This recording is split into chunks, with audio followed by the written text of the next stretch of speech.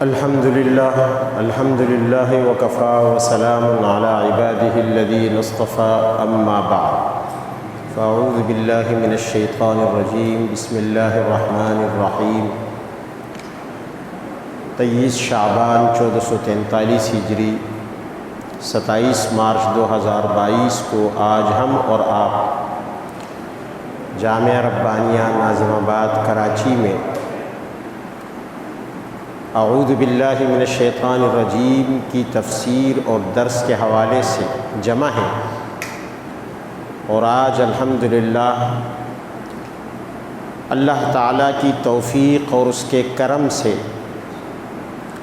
تعوذ کی تفسیر اور تشریح سے متعلق 25واں درس ہے۔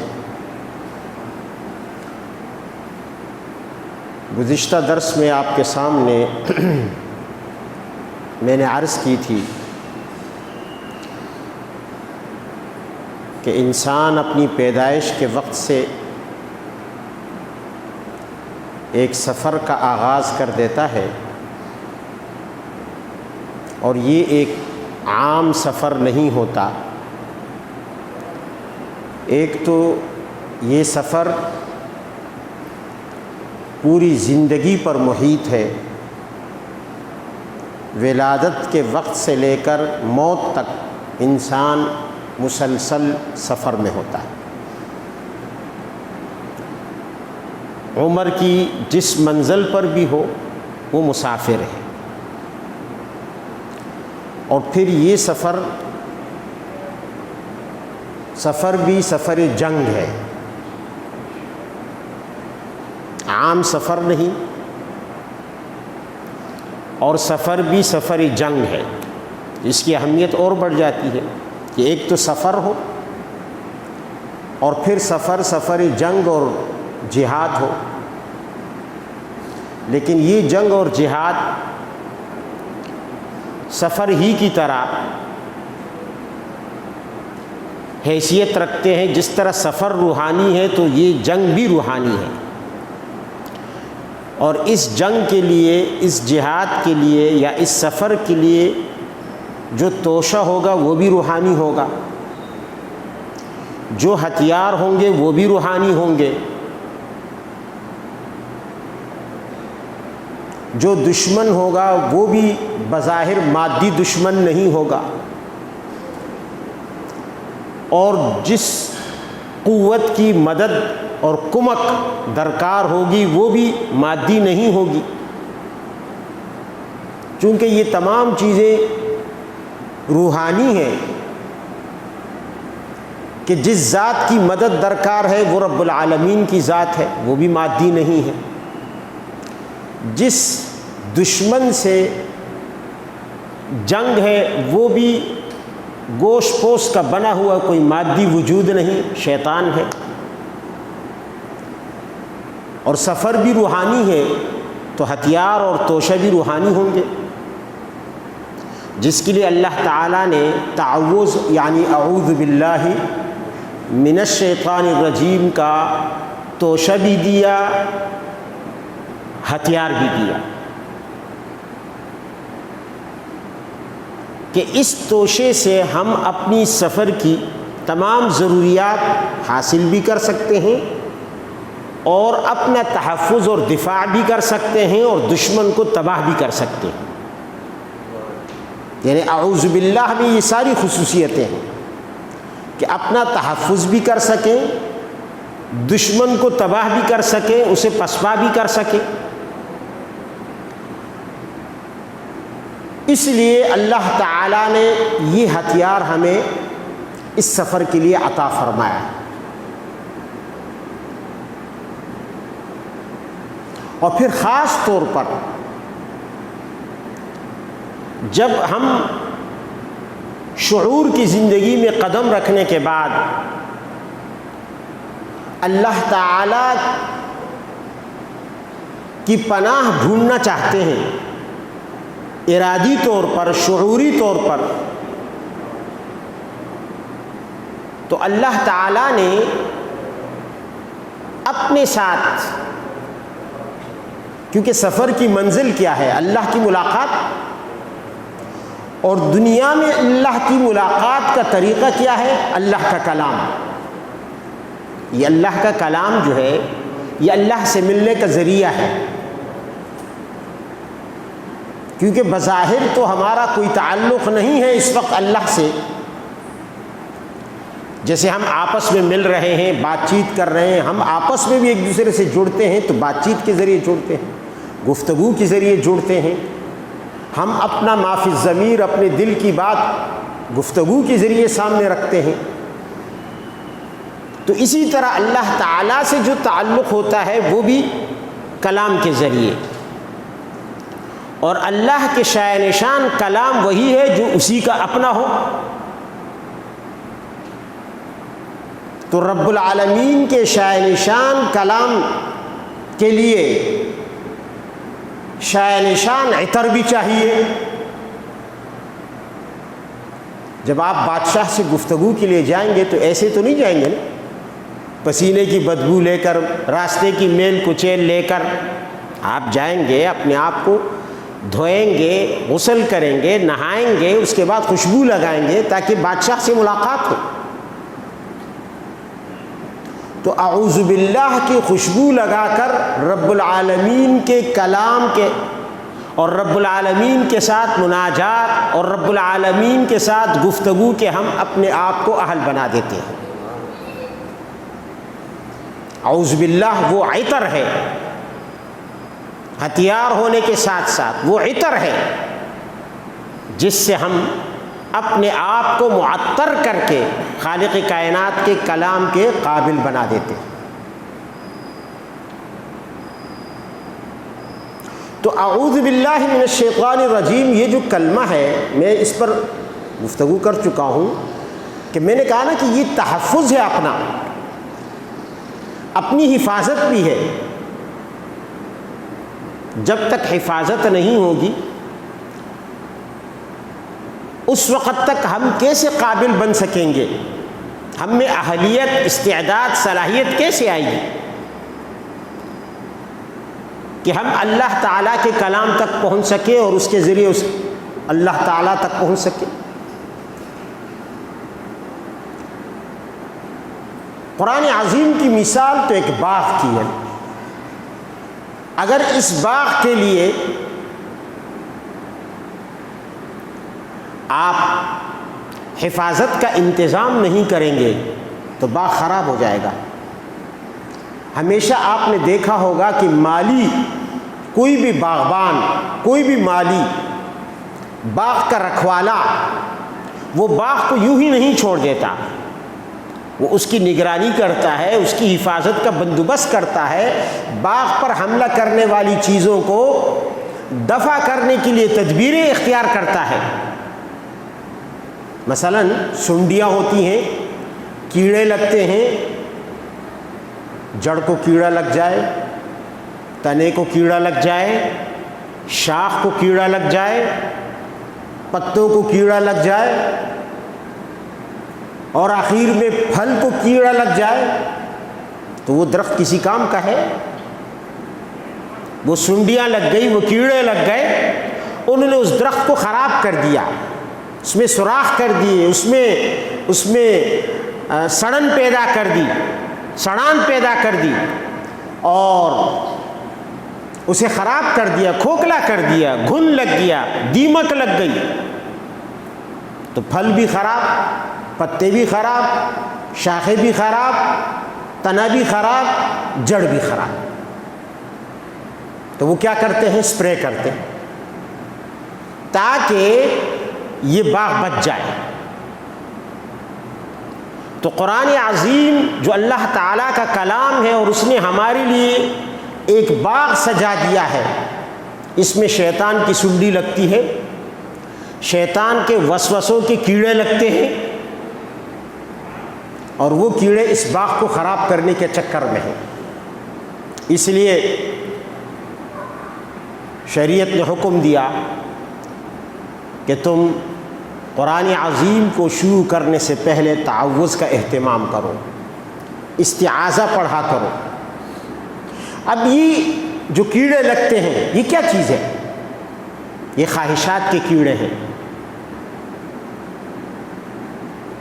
یہ ہوا ہوس کے کیڑے ہیں، یہ باطنی بیماریوں کے کیڑے ہیں جو اگر انسان کو لگ جائیں تو انسان کو برباد کر کے رکھ دے، کھوکھلا کر دے، اور اس قابل نہ چھوڑیں کہ وہ رب کے کلام سے کوئی فیض یا کوئی فائدہ اٹھا سکے۔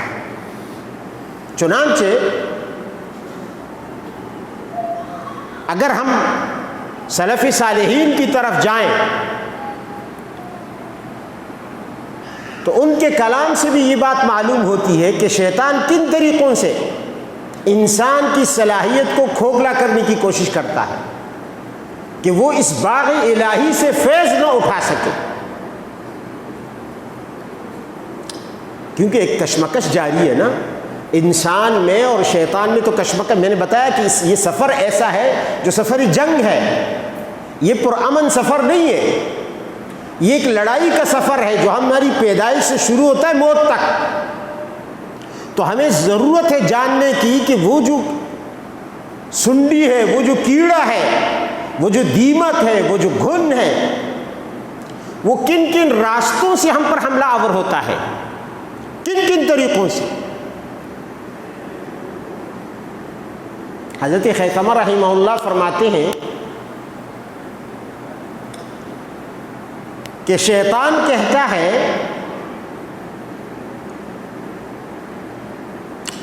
کہ ابن آدم انسان مجھ پر کیسے غالب آ سکتا ہے اس کشتی میں، اس جنگ میں، جو میرے اور اس کے درمیان جو جنگ ہے، جو لڑائی ہے، اس میں انسان کیسے غالب آ سکتا ہے، مجھ سے کیسے جیت سکتا ہے؟ وہ مجھ سے جیت نہیں سکتا، اتنا بڑا چیلنج دیا۔ کیوں؟ اذا رضی کنت فی قلبہ، فرماتے ہیں کہ شیطان کہتا ہے کہ جب انسان خوشی کی حالت میں ہوتا ہے، جب انسان خوش ہوتا ہے تو اس وقت میں اس کے دل پر قبضہ جما کے وہاں ٹھکانہ بنا لیتا ہوں، کیونکہ خوشی کی حالت میں شہوتیں ابھاری جا سکتی ہیں، خواہشات کو ابھارا جا سکتا ہے خوشی کی حالت میں۔ تو وہ دل کے راستے سے آ کر انسان کی شہوات اور خواہشات کو اور حرص، ہوا اور ہوس کو اور حرص کو اور لالچ کو ابھارنے کی کوشش کرتا ہے۔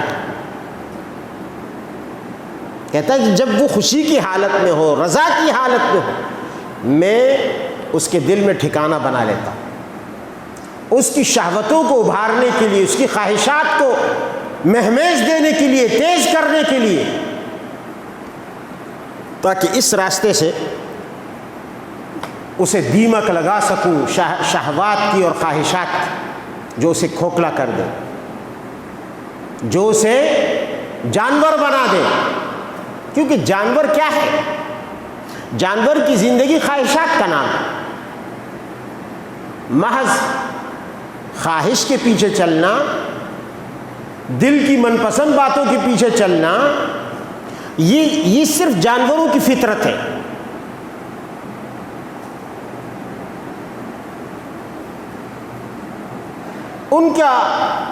ان کی سوچ، ان کا دماغ، ان کا شعور، ان کا احساس صرف اسی بات تک ہے کہ بس ہم اپنی خواہشیں پوری، بھوک مٹا دیں، پیاس مٹا دیں۔ یہ خواہشات یہ جانوروں کا وتیرہ ہے کہ، اور انسان جب صرف خواہشات کو اپنی زندگی کا محور بنا لیتا ہے تو وہ جانوروں کی سطح پر آ جاتا ہے۔ پھر شیطان کہتا ہے وَإِذَا غَضِبَ، اور اگر وہ جوش میں آتا ہے، غصے میں آتا ہے، غیظ و غضب کا شکار ہوتا ہے، تو شیطان کہتا ہے طِرْتُ حَتَّى أَكُونَ فِي رَأْسِهِ، پھر میں اڑ جاتا ہوں وہاں سے، اس کے دل سے میں اڑ جاتا ہوں، اڑتے اڑتے اڑتے اڑتے پرواز کرتے جا کے اس کے دماغ پر قبضہ جما لیتا ہوں، اس کے دماغ کو معوف کر دیتا ہوں، بند کر دیتا ہوں۔ پھر وہ سوچنے اور سمجھنے کے قابل نہیں رہتا۔ یہی تو وجہ ہے کہ انسان غصے کی حالت میں کوئی بات سوچ نہیں سکتا،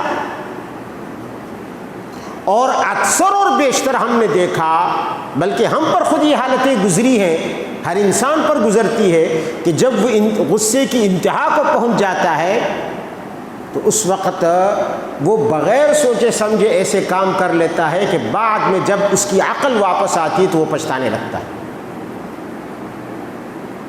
تو شیطان نے کیا کہا؟ اذا رضی، جب وہ خوش ہوتا ہے تو میرا قبضہ دل پر ہوتا ہے، جو خواہشات کی جگہ ہے۔ جہاں خواہشات دبی ہوئی ہوتی ہیں میں ان کو اٹھا دیتا ہوں، کوشش کرتا ہوں، جو سوئی ہوئی ہوتی ہیں ان کو جگا دیتا ہوں۔ اور جب انسان قہر و غضب اور غیظ و غضب کا شکار ہوتا ہے، غصے کا شکار ہو جاتا ہے، پھر میں اڑ کر اس کے سر پر قبضہ جما لیتا ہوں۔ تو کہتا ہے شیطان کیف یغلبنی ابن آدم، ابن آدم مجھ سے کیسے جیت سکتا ہے؟ چیلنج دیا اس نے، وہ ابن آدم کیسے مجھ سے جیت سکتا ہے، مجھے کیسے ہرا سکتا ہے؟ اور حضرت خیثمہ ایک اور جگہ فرماتے ہیں رحمہ اللہ کہ شیطان کہتا ہے ما غلبنی علیہ ابن آدم،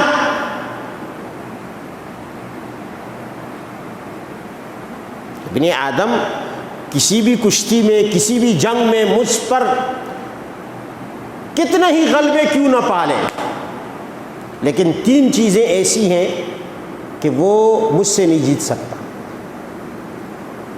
مجھ سے غلبہ نہیں پا سکتا، مجھ سے جیت نہیں سکتا، مجھ پر زور آور نہیں ہو سکتا۔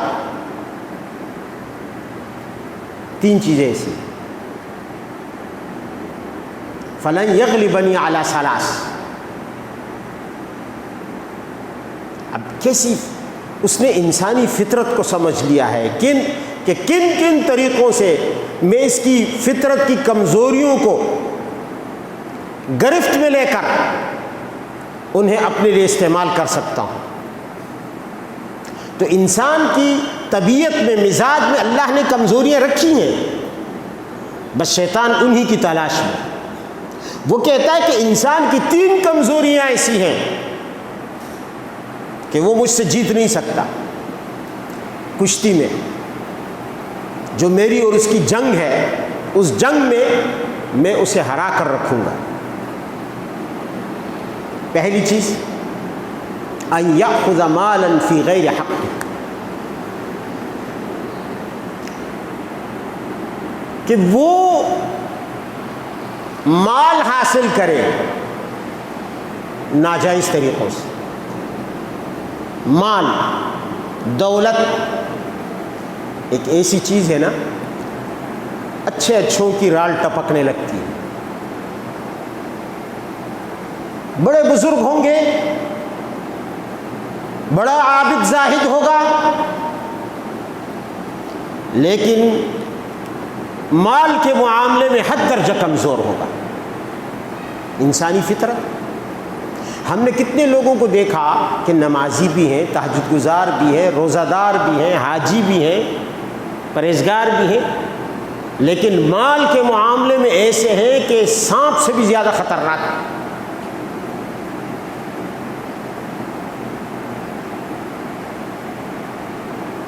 میں نے چند سال پہلے ایک علاقے میں امام تھا،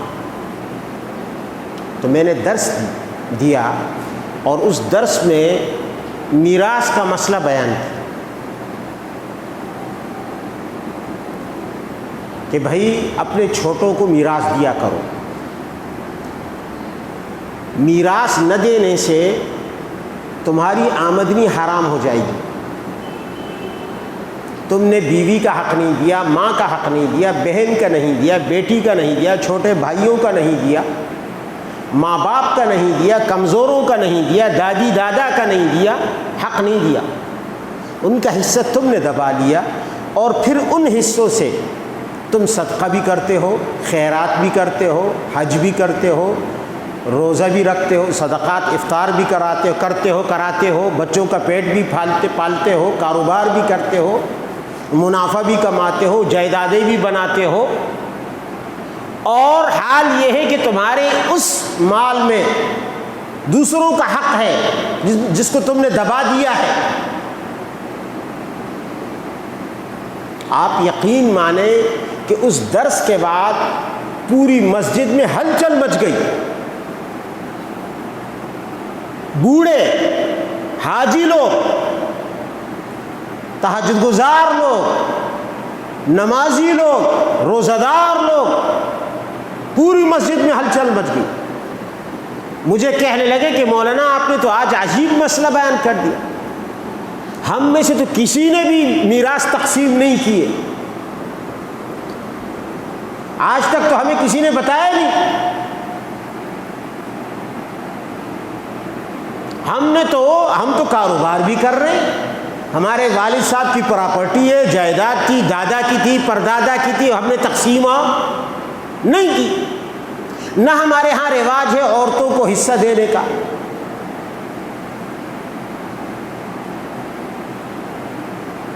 یہ تو ہم پہلی مرتبہ سن رہے ہیں کہ عورتوں کو بھی کبھی حصہ ہوتا ہے. اور ان میں سے کئی حاجی تھے، کئی مرتبہ حج کے لیے جا چکے تھے، سفید ریش تھے، ان کو یہ مسئلہ بڑا انوکھا لگا. نہیں، پتہ تو سب کو ہے، آج کے دور میں کس کو پتہ نہیں.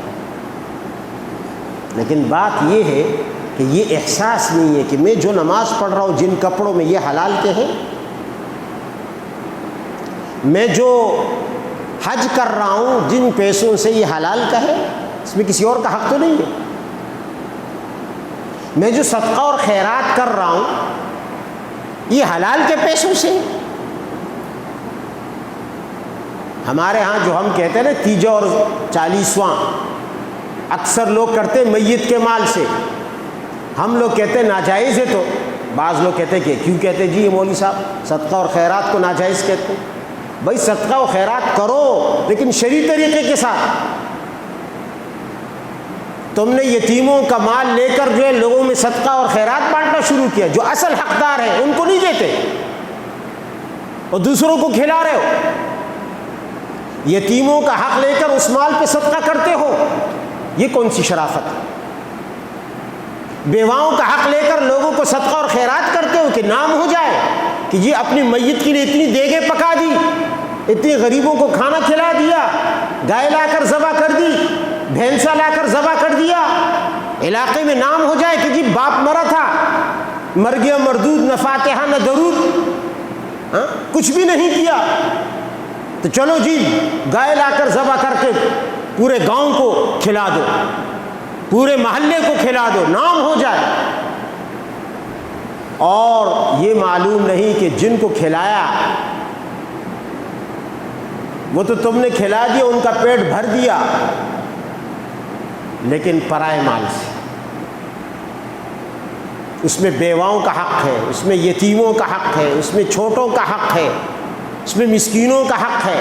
وہ جو اصل حقدار ہیں، اصل مالک ہیں، ان کو چھوڑ کر اجنبیوں کو کھلا دیا، یہ کون سا صدقہ ہے؟ اور پھر صدقہ باپ کی میراث سے، اپنے مال سے کرو. یہ بہت بڑا ظلم عظیم ہے. قرآن کہتا ہے ان الذین یأکلون اموال الیتامی ظلما انما یأکلون فی بطونہم نارا. جو یتیموں کا مال کھاتے ہیں وہ جہنم کی آگ کھاتے ہیں.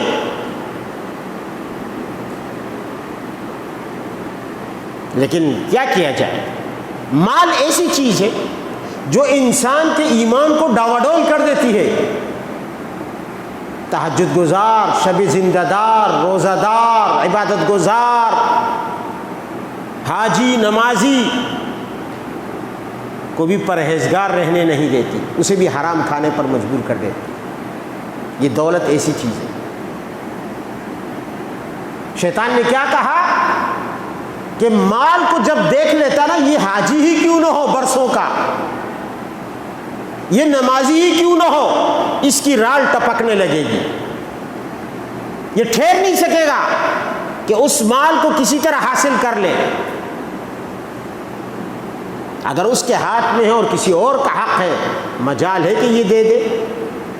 ان یأخذ مالا من غیر حقہ، ناجائز، ناحق۔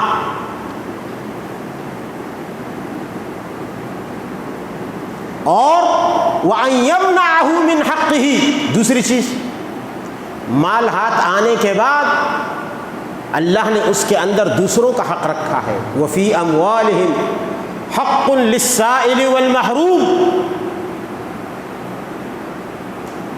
بھائی جب مال ہاتھ آیا تو اب اس مال میں مسکینوں کا بھی حق ہے، غریبوں کا بھی حق ہے، دوسروں کا بھی حق ہے، زکوٰۃ کی شکل میں، صدقہ کی شکل میں، انفاق کی شکل میں۔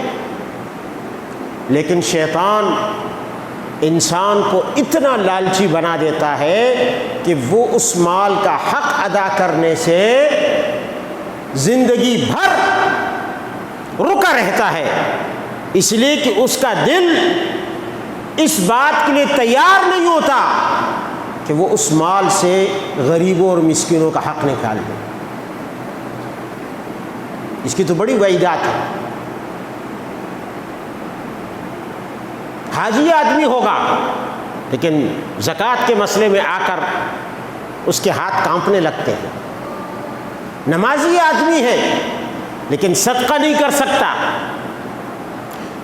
جنرل ضیاء کے زمانے میں کتنے لوگوں نے، بڑے بڑے لوگوں نے لکھ کر دیا گورنمنٹ کو کہ ہم سنی مسلمان نہیں ہیں، ہم تو شیعہ ہیں، لہٰذا ہم سے زکوٰۃ نہ کاٹی جائے، کیونکہ شیعوں کے ہاں زکوٰۃ نہیں ہے، خمس ہے۔ صرف اس وجہ سے کہ ہمارے مال سے زکوٰۃ ادا نہ ہو۔ اور ایسا نہیں، کروڑوں پتی لوگ، اربوں پتی لوگ صرف زکوٰۃ سے بچنے کے لیے۔ میں نے دیکھا کہ ایک شخص فیکٹری کا مالک ہے، کروڑوں اربوں کی آمدنی ہے، لیکن اس نے آج تک عمرہ نہیں کیا، حج نہیں کی۔ کیا اس کے مال میں یہ حق نہیں ہے کہ اللہ کے گھر کا، کہ وہ اللہ کے گھر کا طواف کر آئے؟ وَلِلَّهِ عَلَى النَّاسِ حِجُّ الْبَيْتِ مَنِ اسْتَطَاعَ إِلَيْهِ سَبِيلًا۔ یہ دراصل شیطان کی یہ دوسری چال کہ مال کہیں سے آ جائے، دیکھتے ہی اس کی رال ٹپکنے لگ جائے، اور آنے کے بعد پھر اس پر پہرے بٹھا دے، تالا لگا دے، خرچ کرنے کی توفیق نہ ہو۔ اور اگر کرے بھی تو تیسرا داؤ شیطان کا پھر یہ ہے کہ وَأَن يَضَعَهُ فِي غَيْرِ حَقِّهِ، پھر غلط راستوں میں مال کو خرچ کرے۔ آپ نے بھی دیکھا ہوگا، ہم بھی دیکھتے ہیں، ایک شخص مسجد میں 10 روپیہ دینے کے لیے تیار نہیں ہے، مدرسے میں 10 روپیہ دینے کے لیے تیار نہیں ہے، غریب مسکین کو 100 روپیہ دینے کے لیے تیار نہیں ہے، لیکن شادی کے موقع پر، اسراف کی جگہوں میں بے دریغ مال خرچ کر رہا ہوگا، اور یہ احساس نہیں ہے کہ اللہ تعالیٰ مجھ سے پوچھے گا کہ تو نے ان فضول جگہوں میں جو مال خرچ کیا صرف نام کے لیے کہ میرا نام ہو جائے، واہ جی کیا شادی کی ہے، میڈیا میں آ جائے، واہ واہ ہو جائے، شہرت ہو جائے، اس کے علاوہ اور کوئی مقصد نہیں ہوتا۔ تو شیطان کہتا ہے کہ یہ 3 باتیں ایسی ہیں: مال کو ناجائز طریقے سے کمانا، پھر اس کو روکے رکھنا، اور اگر خرچ بھی کرے تو گندی جگہوں میں، ناجائز جگہوں میں، غلط جگہوں میں۔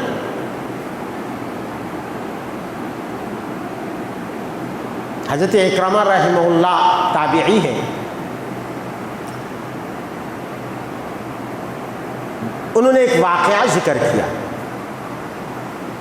حضرت اکرمہ فرماتے ہیں کہ ایک شخص تھا بڑا جری قسم کا، غیرت مند قسم کا، بہادر قسم کا تھا، بڑا موحد غازی قسم کا بندہ۔ اسے خبر ملی حضرت اکرمہ فرماتے اسے خبر ملی، تابعی ہیں، حضرت عبداللہ بن عباس کے شاگرد ہیں رضی اللہ عنہما، فرماتے اسے خبر ملی کہ فلاں علاقے میں ایک درخت ہے، کانت شجرۃ تعبد من دون اللہ، اس علاقے کے لوگ اس درخت کی پوجا کرتے ہیں،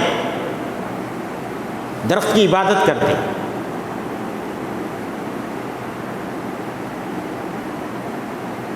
اسے آیا بڑا غصہ، آج کی اصطلاح میں یہ انتہا پسند اور بنیاد پرست تھا۔ غصہ ہے کہ درخت کیا چیز ہے جس کی لوگ عبادت کرتے ہیں، اس درخت کی وجہ سے کتنے لوگ گمراہ ہو گئے، شرک میں مبتلا ہو گئے۔ اس نے غصے میں آ کر، جوش میں آ کر گھر سے کلہاڑی اٹھائی، چل پڑا کہ اس درخت کو چھوڑوں گا نہیں، جڑ سے کاٹوں گا تاکہ نہ رہے بانس نہ بجے بانسری، نہ درخت رہے اور نہ پھر درخت کی کوئی پوجا کر سکے، عبادت کر سکے۔ ہمارے ہاں بھی بعض علاقوں میں لوگ بعض درختوں کو بڑا مقدس سمجھ کر انہیں بزرگ سمجھتے ہیں، جیسے زیتون کا درخت، ہاتھ تک نہیں لگاتے کہ نہیں کچھ ہو جائے گا۔ کیا ہو جائے گا بھائی؟ درخت تو ہے ہی کٹنے کے لیے۔ بعض پتھروں کو لوگ معبود سمجھ لیتے ہیں، مقدس سمجھ لیتے ہیں۔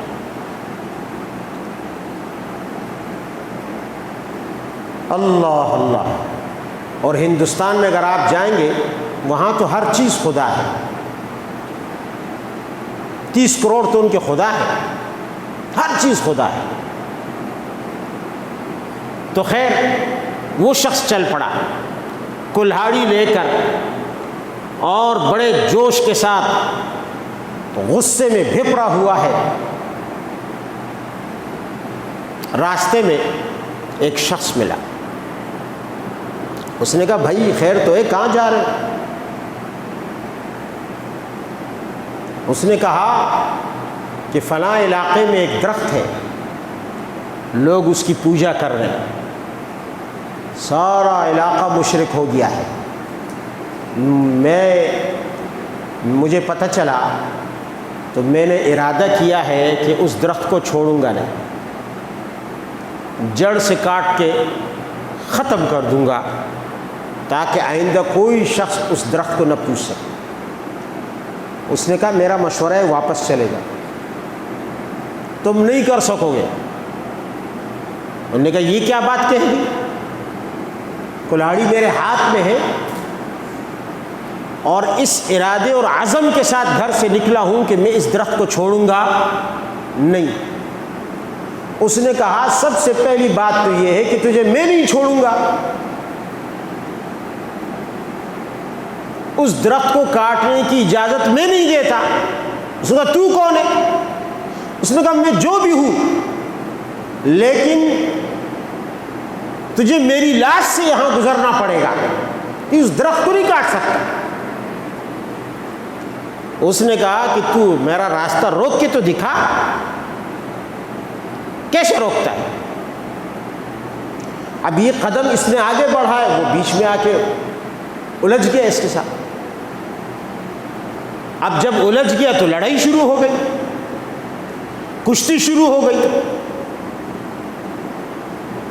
اس نے اٹھایا اس کو یوں اور یوں زمین پر پٹ کھایا،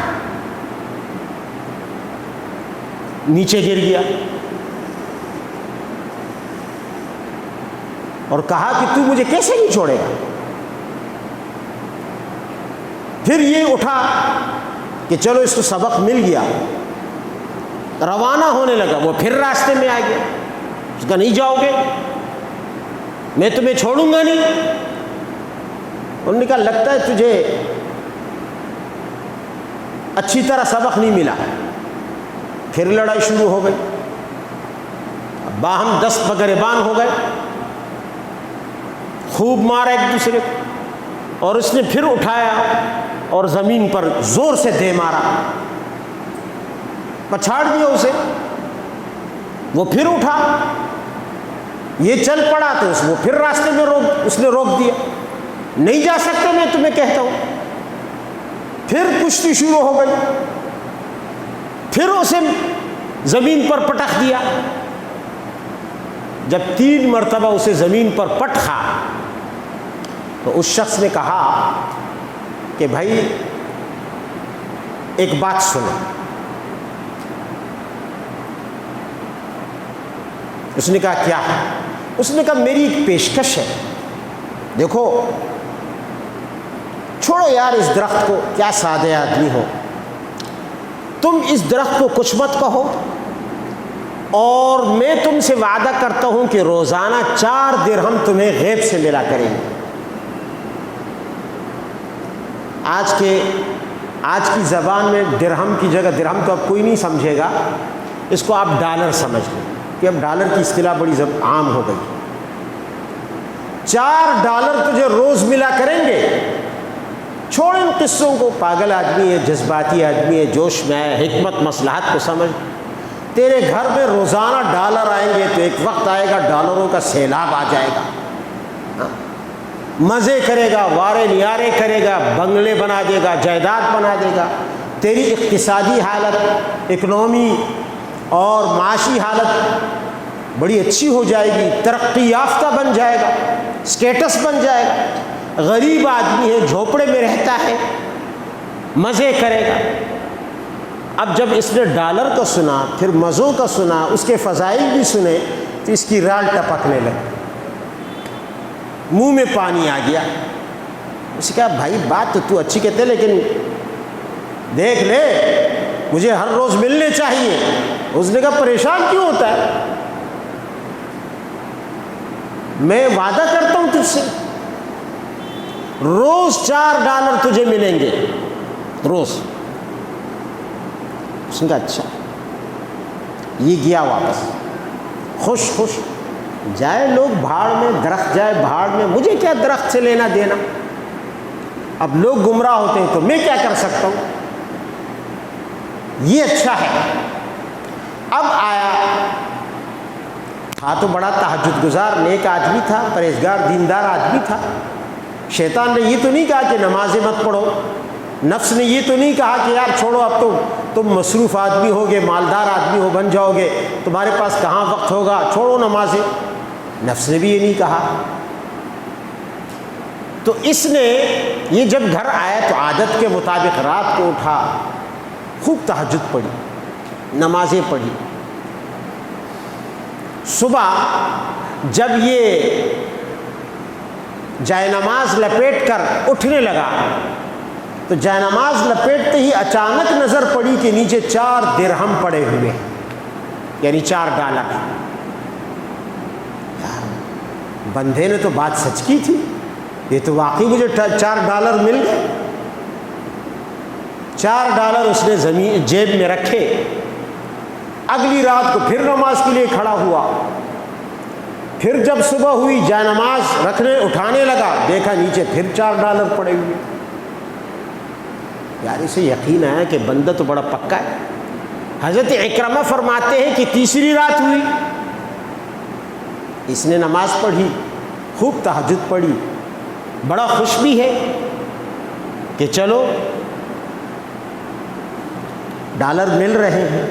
پھر جائے نماز اٹھایا، دیکھا کہ نیچے پھر ڈالر پڑے ہوئے، 4 ہے، چاروں کے چاروں اٹھائے، کتنے ہو گئے؟ 4 کیا 12 ڈالر مفت میں مل گئے۔ بڑی دعائیں دی اس نے اس شخص کو۔ جب چوتھی رات ہوئی، نماز اس نے پڑھی، صبح ہوئی، جائے نماز اس نے اٹھایا، دیکھا نیچے، بڑی امید کے ساتھ دیکھا کچھ بھی نہیں ہے، نہ درہم ہے نہ ڈالر ہے، جائے نماز کے نیچے زمین خالی پڑی ہوئی۔ بہت اس نے ڈھونڈا، ادھر ادھر پڑے ہو، آگے پیچھے دیکھا، لیکن ڈالر نہیں ملے۔ بڑا غصہ آیا، یہ تو اس بندے نے تو مجھے دھوکہ دیا، صرف 3 دن اس نے ڈالر دیے، چلو اپنی پالیسی تھوڑی سی سخت کرو آپ۔ یہ بھی ہمارے پاکستان کی حکمرانوں کی اور مقتدر طبقوں کی پالیسی ہے نا، جب تک امریکہ سے ڈالر ملتے تو بڑے خوش ہو جاتے، اور جیسے ہی ڈالر ملنے بند ہو جاتے تو پھر ان کی پالیسی بھی چینج ہو جاتی، پھر کہتے کہ ایبسلیوٹلی ناٹ، یہ ڈالر بند ہو گئے نا، جب تک ڈالر تھے تو اس وقت ناٹ واٹ کچھ نہیں تھا، اب ایبسلیوٹلی ناٹ، اب اگر ڈالر شروع ہو جائے تو پھر یس سر، جی سر۔ تو حضرت اکرمہ فرماتے ہیں کہ وہ شخص چوتھے دن جب اس نے دیکھا کہ ڈالر والر تو ہے نہیں، جائے نماز کے نیچے بڑا غصہ آیا، پھر کلہاڑی لی، چل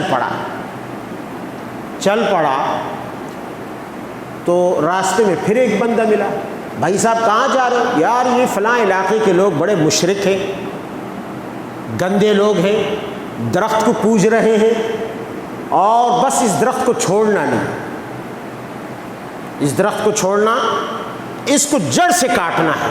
اس نے کہا دیکھو چھوڑو اس بات کو اور تم نہیں جا سکتے۔ انہوں نے کہا کون روکے گا؟ اس نے کہا میں روکوں گا۔ تم کون ہوتے ہو؟ لڑائی شروع ہو گئی، لڑتے لڑتے لڑتے لڑتے اتنے میں اچانک اس اجنبی نے اس کو پکڑا، اٹھایا مجاہد صاحب کو اور زمین پر پٹخ دیا۔ یہ پھر اٹھا، غصے میں آیا، یہ کون ہوتا ہے مجھے پٹخنے والا؟ اس کے ساتھ پھر لڑائی شروع ہو گئی، پھر اس نے اٹھایا، پھر پٹخ دیا، پھر لڑائی شروع ہو گئی، پھر اس نے اٹھایا تیسری مرتبہ، پھر غازی صاحب کو پٹخ دیا۔ غازی حیران ہے کہ یار یہ کیا ہے؟ اس دن تو میرے اندر بڑی طاقت تھی، آج طاقت نہیں ہے۔ پوچھا اس بندے سے کہ یار اس دن بھی ایک بندہ آیا تھا اور میں چلا تھا درخت کو کاٹنے کے لیے، لیکن 3 مرتبہ اس نے مجھ سے کشتی کی ہے، تینوں مرتبہ میں نے اسے پچھاڑا ہے، اور پتہ نہیں آج کیا ہوا کہ تینوں مرتبہ تو نے مجھے پچھاڑ دیا۔ اس نے کہا کہ میں وہی شخص ہوں جو اس دن تیرے راستے میں آیا تھا، میں اور نہیں ہوں، شکل بدل لی ہے، میں شیطان ہوں۔ میں کون ہوں؟ ابلیس۔ بات یہ ہے کہ اس دن تیرے اندر ایمان کی طاقت تھی، تو ایمان کے زور پر تو نے مجھے شکست دے دی۔ جب میں سمجھ گیا تو میں نے تیرے ایمان کے اندر دیمک لگانے کی کوشش کی۔ میں نے کہا دیکھتا ہوں کہ اس کے ایمان کو کس طرح کھوکھلا کیا جائے۔ میں نے تجھے ڈالر کی پیشکش کر دی کہ اس کا ایمان دیمک زدہ ہو جائے گا ڈالر زدہ ہونے کے بعد۔ تو اس لیے جب تو راضی ہو گیا اور تو نے اپنا ارادہ چھوڑ دیا اور تو نے اپنا عزم چھوڑ دیا ڈالر کے لالچ میں آ کر، تو اللہ نے تجھ سے ایمان کی طاقت چھینی۔ نمازیں بھی پڑھتا رہا، ذکر بھی کرتا رہا، تلاوتیں بھی کرتا رہا، لیکن وہ سب کے سب کھوکھلی ہو چکی تھی، ان سب کو ڈالر کی سنڈی لگ چکی تھی، کیڑا لگ چکا تھا۔ اس لیے جب آج تو میرے مقابلے میں آیا ہے تو تینوں مرتبہ میں نے تجھے پچھاڑا۔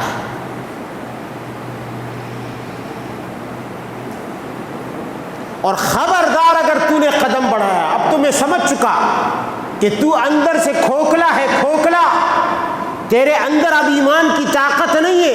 ایک قدم اگر تو نے بڑھایا اس درخت کو کاٹنے کے لیے تو میں تیری گردن اڑا کر رکھ دوں گا۔ یہ ڈر گیا کہ بھائی واقعی ایسا نہ ہو میرا کھانا خراب کر دے، واپس چلا ہے۔ تو میں عرض یہ کر رہا تھا کہ ایمان کے اندر کس طرح شیطان گھس کر اسے کھوکھلا کرتا ہے، اپنی سنڈیاں داخل کر دیتا ہے، اور ایمانی قوت سے انسان کو، اور یہ تو ایک فرد کا واقعہ ہے، اسی طرح معاشرے میں بھی ایسا ہی ہوتا ہے، قوموں میں ایسا ہو جاتا ہے کہ ان کا ایمان، اجتماعی ایمان بھی کمزور ہو جاتا ہے۔ اسی لیے تو اللہ تعالیٰ نے فرمایا وَأَنْتُمُ الْأَعْلَوْنَ إِن كُنْتُم مُؤْمِنِينَ، اگر تمہارے اندر پاورفل ایمان ہوگا تو تب تم غالب آؤ گے، اگر تمہارے اندر پاورفل ایمان نہیں ہوگا تو تم دشمن کے مقابلے میں کبھی بھی غالب نہیں آ سکتے۔ اسی لیے تو حضرت میمون ابن مہران فرماتے ہیں الدنیا حلوۃ خضرۃ قد حفت بالشہوات۔ حضرت میمون فرماتے ہیں یہ دنیا بڑی میٹھی ہے۔ اب ڈالر کتنے میٹھے ہیں، روپیہ پیسہ کتنا میٹھا ہے، سونا چاندی کتنا میٹھا ہے۔ فرمایا الدنیا حلوۃ خضرا، دنیا بڑی میٹھی ہے، سرسبز ہے، اور سبزہ کیسے اچھا لگتا ہے انسان کو، شادابی کیسی اچھی لگتی ہے۔ قد حفت بالشہوات، ایک تو دنیا اچھی ہے، میٹھی ہے، سرسبز ہے اور آنکھوں کو بھلی لگتی ہے۔ قد حفت بالشہوات، پھر سونے پہ سہاگا یہ کہ شہوتوں سے اسے گھیر لیا گیا، خواہشات سے اسے گھیر لیا گیا۔ تو ایک تو دنیا خود مٹھاس والی، میٹھی میٹھی دنیا، اور پھر شہوتیں خود وہ بھی میٹھی، تو مٹھائی کے اوپر مٹھائی رکھ دی اللہ نے۔ اور فرمایا والشیطان عدو حاضر فطن، اور شیطان ایسا دشمن ہے جو ہر وقت انسان کے پاس موجود رہتا ہے، کبھی غائب نہیں ہوتا۔ فطن، اور انتہائی ذہین اور چالاک ہے، زیرک ہے، کن کن نئے نئے طریقے سوچ کر وہ انسان کو بچلانے اور پھسلانے کی کوشش کرتا ہے۔ وَأَمْرُ الْآخِرَةِ عَاجِلٌ وَأَمْرُ الدُّنْيَا عَاجِلٌ، اور آخرت تو ادھار ہے، آنکھوں سے چھپی ہوئی ہے، اور دنیا سامنے ہے، نقد ہے، جس کی وجہ سے انسان دھوکے میں آ کر اس ادھار کو بھول کر اس نقد پر فریفتہ ہو جاتا ہے، جبکہ یہ شیطان کی چال ہوتی ہے۔ حضرت وہب رحمہ اللہ فرماتے ہیں، بڑی پیاری بات کی ہے انہوں نے۔ حضرت وہب فرماتے ہیں کہ لیس من الآدمیین احد الا ومعه شیطان موکل بہ، انسانوں میں کوئی ایک شخص بھی ایسا نہیں جس کے ساتھ شیطان مقرر نہ کیا گیا۔ خود حدیث، دوسری حدیث میں نبی علیہ السلام نے فرمایا میرے ساتھ بھی شیطان لگا ہوا ہے، میرے ساتھ بھی شیطان لگا ہوا ہے۔ یہ الگ بات ہے کہ وہ شیطان نبی علیہ السلام پر قابو نہیں پا سکتا تھا، آپ کا تابع ہو چکا تھا، یا اسلام لانے پر مجبور ہو چکا تھا، لیکن تھا آپ کے ساتھ۔ تو جب نبی علیہ السلام کے ساتھ تھا تو آپ اندازہ لگائے اور کون بچ سکتا ہے شیطان سے۔ فرمایا کہ ایسا کوئی شخص نہیں۔ اب انسان دو طرح کے ہیں، یا تو کافر ہے یا مؤمن ہے۔ فرمایا اما الکافر، کافر کے ساتھ جو شیطان لگا ہوا ہے، فَيَأْكُلُ مَعَهُ مِنْ طَعَامِهِ وَيَشْرَبُ مَعَهُ مِنْ شَرَابِهِ وَيَنَامُ مَعَهُ عَلَى فِرَاشِهِ۔ فرمایا کافر کے ساتھ جو شیطان لگا ہوا ہے وہ اس کے ساتھ کھانے میں بھی شریک ہے، جو کھانا وہ کھا رہا ہے وہ شیطان بھی کھا رہا ہے، جو پانی وہ پی رہا ہے یا جو بھی چیز پی رہا ہے اس کے پینے میں وہ بھی شریک ہے، جس بستر پر وہ شخص سوتا ہے اس کے ساتھ وہ شیطان بھی سوتا ہے۔ یعنی اس کا مطلب یہ ہوا کہ رات میں بھی شیطان اس کے ساتھ، دن میں بھی شیطان اس کے ساتھ، 24 گھنٹے شیطان اس کے ساتھ۔ فرمایا وَأَمَّا الْمُؤْمِنُ، اور باقی رہا مؤمن، فَهُوَ مُجَانِبٌ لَهُ، شیطان اسے پرے رہتا ہے، تھوڑا سا دور، ایسے پرے ہوتا تو اس کے پاس بھی ہے، اس کے ساتھ بھی لگا ہوا ہے، لیکن تھوڑا سا پرے۔ ينتظر هل يصيب منه غفلة أو غرة، وہ انتظار کرتا رہتا ہے کہ کسی بھی وقت یہ مسلمان، یہ مؤمن، یہ غافل ہو جائے، تھوڑا سا اس کا دھیان بٹ جائے، دوسری طرف چلا جائے۔ فَيَثِبُ عَلَيْهِ، فرمایا کہ جیسے ہی وہ شیطان موقع کی تلاش میں ہے، طاق میں ہے، گھات میں بیٹھا ہوا ہے، اور جیسے ہی وہ مسلمان کو، مؤمن کو غافل پاتا ہے، فَيَثِبُ عَلَيْهِ، تو اس پر کود پڑتا ہے، چھلانگ مار کر کود پڑتا ہے اس کو قابو کرنے کے لیے، ایسے آرام سے نہیں، منت سماجت سے نہیں، یثب علیہ، اس پر کود پڑتا ہے۔ اور پھر فرمایا جس کے اندر جتنی غفلت زیادہ ہوگی نا، وہ شیطان کا اتنا آسان شکار بن جاتا ہے، آسانی سے شکار بن جاتا ہے، جس کے اندر جتنی غفلت زیادہ ہوگی۔ اس لیے فرمایا وَأَحَبُّ الْآدَمِيِّينَ إِلَى الشَّيْطَانِ، عجیب جملہ ہے، وَأَحَبُّ الْآدَمِيِّينَ إِلَى الشَّيْطَانِ الْعَقُولُ النَّؤُومُ، فرمایا شیطان کو سب سے زیادہ پیارا انسانوں میں کون ہے؟ العقول، جو پیٹو ہوتا ہے، جو سب سے زیادہ کھانا کھانے والا ہوتا ہے، کھاؤ کھاتا رہتا ہے، گینڈا ہے، ہاتھی کی طرح ہر وقت کھاتا رہتا ہے۔ فرمایا جو سب سے زیادہ کھاتا ہے، کھانا کھاتا ہے، شیطان کا وہ محبوب ہوتا ہے۔ اور دوسری صفت النؤوم، جو سب سے زیادہ سوتا ہے، جو سب سے زیادہ سوتا ہے، وہ شیطان کا سب سے بڑا محبوب ہوتا ہے، جس کے اندر کھانے کی صفت زیادہ ہو، کھاؤ آدمی ہو، پیٹو ہو، اس کا پیٹ لالو کھیت ہے، بھرتا نہیں ہے۔ اور دوسری بات، جو سب سے زیادہ سوتا ہو، اس لیے کہ سونے میں بھی غفلت ہے۔ جو انسان سو جائے، لوگ کہتے ہیں نا جو سوتا ہے وہ کھوتا ہے، ایسے نہیں کہتے، واقعی کھوتا ہے، بہت کچھ کھو دیتا ہے۔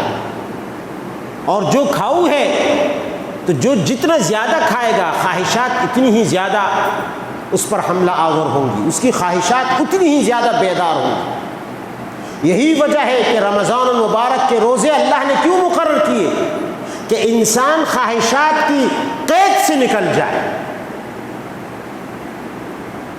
ورنہ خواہشات کا تو اسیر ہے انسان، اور جب خواہشات کی قید سے نکلے گا تو شیطان کی زنجیریں توڑ دے گا، شیطان کی قید سے نکل جائے گا۔ کیوں؟ اس لیے کہ یہ انسان جو کھانے پینے اور نیند سے اجتناب برتے گا، جہاں تک ہو سکے، تو اس کے اندر فرشتوں کی صفات پیدا ہوگی، یہ فرشتوں کے قریب ہوگا، ملکوتی صفات پیدا ہوں گی، اور فرشتوں کے سامنے شیطان کی چل نہیں سکتی، شیطان کی چل نہیں سکتی۔ کیا جبرائیل سے شیطان مقابلہ کر سکتا ہے؟ جبرائیل تو بہت بڑا ہے، ایک عام فرشتے سے بھی، عام شیطان کی بات نہیں کر رہا، ابلیس کی بات کر رہا ہوں، کہ ابلیس جو شیطانوں کا شیطان ہے، ایک عام فرشتے کا مقابلہ نہیں کر سکتا۔ تو جس انسان کے اندر فرشتوں والی صفات آ جائیں اور وہ ملکوتی جامہ کے قریب ہو جائے، تو شیطان اس کے سامنے بھی شکست کھا لیتا ہے، اس سے بھی شکست کھا سکتا ہے۔ شرط یہ ہے کہ وہ اپنے اندر ملکوتی صفات پیدا کرے۔ تو رمضان المبارک کا یہ مہینہ جو آ رہا ہے، یہ ہمیں یہ جامع بشریت سے جامع ملکوتیت کی طرف، یعنی لباس بشریت سے ایک حد تک نکال کر ہمیں فرشتوں کا لباس اور جامہ پہنا دیتا ہے۔